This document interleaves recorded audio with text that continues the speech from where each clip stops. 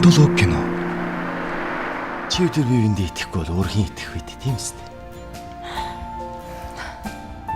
Надад итгэж болно шүү.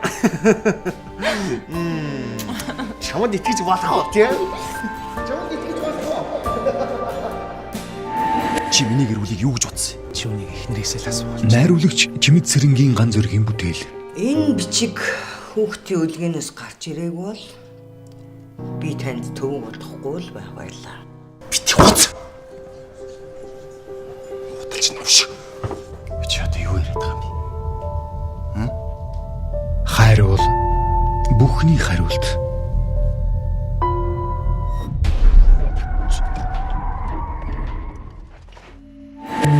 Үр 1-р сарын 26-наас бүх кино театруудаар.